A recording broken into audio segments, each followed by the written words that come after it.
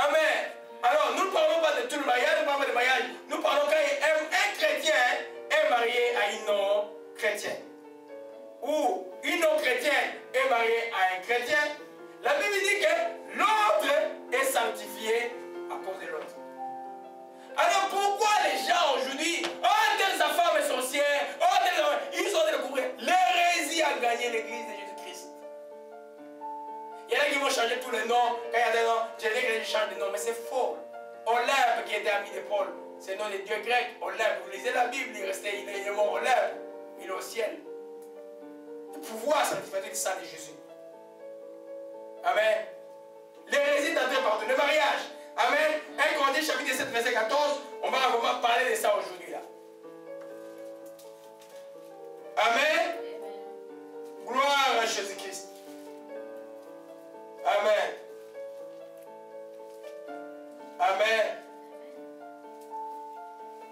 1 Corinthiens 7. Alors je précise que vous n'avez pas dit que je vais me marier à un non-croyant parce que je vais le sanctifier. Non. On va commettre une erreur grave. Amen. L'impur ne peut pas se laver un peu. Quand nous parlons des cas d'espèce, revenons à l'époque, la chrétienté venait de commencer. Amen. Il y a des gens de couple, comme vous avez dit encore aujourd'hui, là, dans un couple, l'homme a donné la vie au Seigneur. Ou la femme a donné la vie au Seigneur, mais ne l'a pas encore fait. C'est ça les contextes. Retenez bien aimés, c'est qu'ils vont suivre loin. Ne dites pas que le pasteur leur a dit, non, on va marier un non-croyant pour la sanctifier. Non, non, non, non. On ne conseille pas aux chrétiens de se marier aux non-chrétiens. C'est le problème sérieux. Amen. Mais Paul, dans les Corinthiens, il dit ceci. Allons dans 1 Corinthiens chapitre 7. Amen. Amen. À partir du verset 12. Aux autres, c'est moi qui dis, si un frère et une femme non-croyants, quel qu'on sorte d'habiter avec lui, qu'il la répudie point. Si une femme a un mari non-croyant, qu'il consente à habiter avec elle, qu'elle ne répudie point son mari. Donc, comprenez le contexte. L'évangile est en train de prêcher. Les gens ne sont pas chrétiens. Et quelqu'un dans le couple, prend se convertit à la chrétienté, ou il se convertit à la chrétienté. Et puis il dit à l'apôtre, mon mari n'est pas chrétien, il faut que je quitte là rapidement. Paul dit, non, non, non. S'il consent à habiter avec toi, ne les quitte pas et la quitte pas. Amen. Mais ce message concerne les non-chrétiens quand ils vont venir en Christ. Si dans l'église, un pasteur remarque qu'il y a une femme qui est arrivée à l'église, son mari ne vient pas encore à l'église, le pasteur n'a pas dit au mari, fuis ton mari là, il n'est pas chrétien. Dieu va donner une vision de nouveau mari à l'église. C'est démoniaque. Parce que je reviens à l'enseignement de l'alliance, cet enseignement que j'ai donné il y a plus de 10 ans. L'alliance est quelque chose de très, très, très important. Dieu, c'est un Dieu des alliances, de la parole donnée. Et quand vous donnez votre parole dans le pays pour un témoin, vous êtes lié à votre parole pour toute la vie. Parce que Dieu ne changeait pas. Amen. Et il dit ceci, quand le mari non-croyant, maintenant Paul explique pourquoi les non-croyants ne doivent pas répudier l'autre. Il dit, quand le mari non-croyant est sanctifié par la femme, et la femme non-croyante est sanctifiée par les frères, autrement, vos enfants seront impurs, tandis que maintenant ils sont saints. Amen. Amen. C'est-à-dire dans les cas où la femme est non-croyante, ou le mari est non-croyant, mais toi tu as reçu Christ, toi, sois sûr que ton mari sera sauvé un jour. Mais pendant ce temps, elle dit pas non, non, si le mari consent à habiter avec toi, la femme consent à habiter avec toi, elle est sanctifiée. En d'autres termes, elle est protégée. Elle est purifiée par toi. Par quel acte? Le mariage, ce n'est pas un acte. C'est pas une alliance. Elle est purifiée par l'alliance parce que vous êtes un maintenant. Vous êtes devenu une seule personne maintenant. Amen. Quand vous êtes devenu une seule personne, quand l'autre est sanctifié, c'est pourquoi la puissance de Christ est au-dessus de toute autre puissance. Parce que toi qui es sanctifié, par le bien que vous êtes ensemble, hommes et femmes ensemble, l'autre est aussi sanctifié. Mais qu'est-ce que vous n'entendez pas dans le corps de Christ? Ah, lui là, je ne peux pas être avec lui parce qu'il m'a transféré ces démons. Mais toi qui es chrétien, il ne peut pas transmettre des démons, c'est de ces démons qui doivent partir. Amen. je ne parlais pas d'acte sexuel. Il faut faire attention. On a vu la fois passée comment ça salit. Mais dans le cas de ces mariages-là, parce que vous êtes unis, vous êtes un là, vous êtes sanctifiés, vous êtes purifiés parce que vous êtes une seule personne. Alléluia. C'est pourquoi celui qui a reçu Christ va être passé par rapport à l'autre jusqu'à ce que l'autre va connaître Christ. C'est pourquoi l'apôtre dit au verset 16, car qu'est-ce que tu femme si tu sauveras ton mari? Qu'est-ce que tu mari si tu sauveras ta femme? C'est pourquoi il pose la question. Alléluia. C'est pourquoi quand vous rencontrez les gens maintenant, surtout les gens qui ne croyaient pas, où l'homme est venu dans la chrétienté, où la femme est venue dans la chrétienté, ne soyez pas prompts à leur dire non, non. D'abord, c'était l'alliance, vous ne pouvez pas briser son marié. Amen.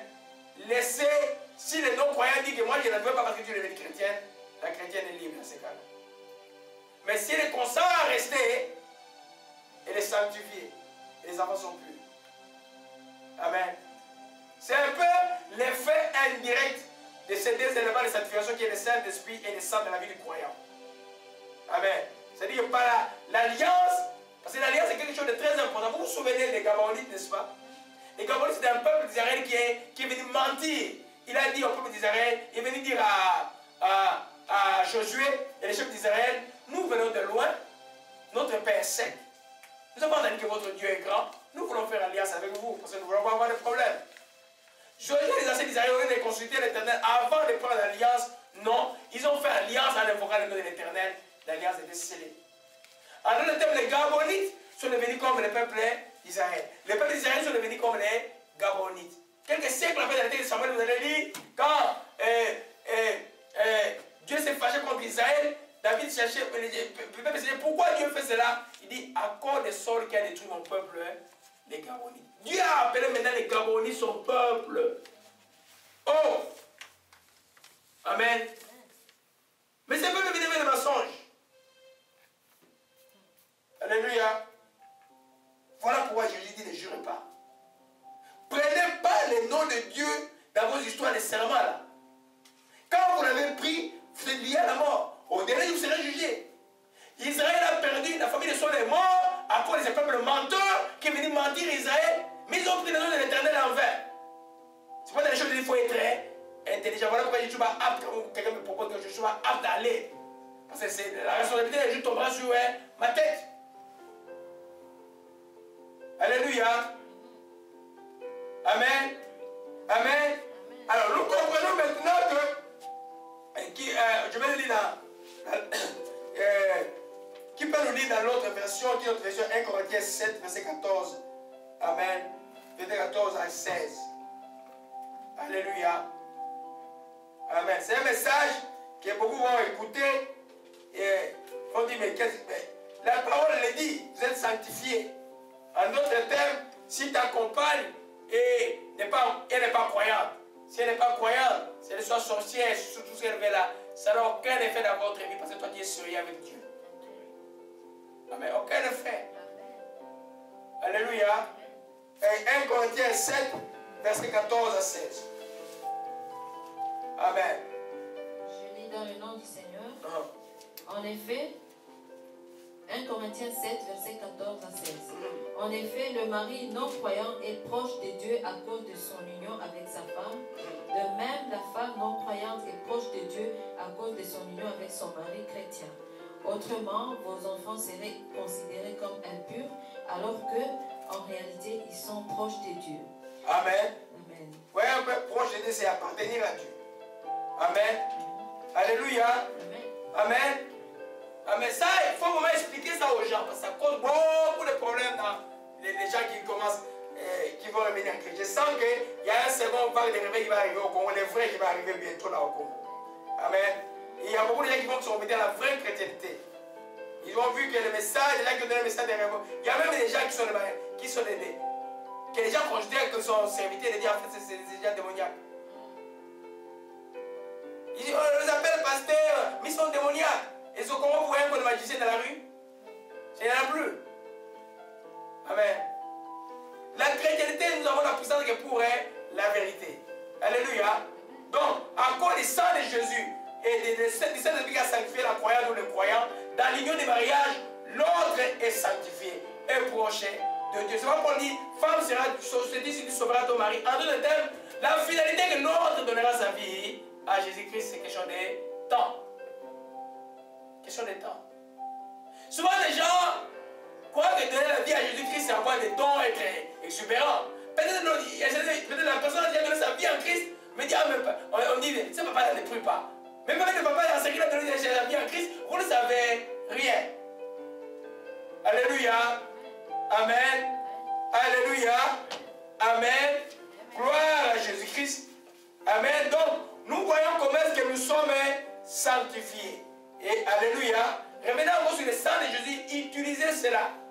Non seulement il vous a sanctifié, le Saint-Esprit, maintenant, qui vous a sanctifié, vous rend capable, vous, à participer à l'aspiration du sang de Jésus dans tout le combat que vous pouvez avoir, dans la bénédiction des choses que vous pouvez avoir. Alléluia. Quand vous avez beaucoup d'attaques démoniaques qui viennent asperger le sang de Jésus. Asperger le sang de Jésus. Alléluia. Amen. On va avancer pour lequel je dirais, je n'avais pas prévu d'avancer aujourd'hui. Amen. On va avancer un peu.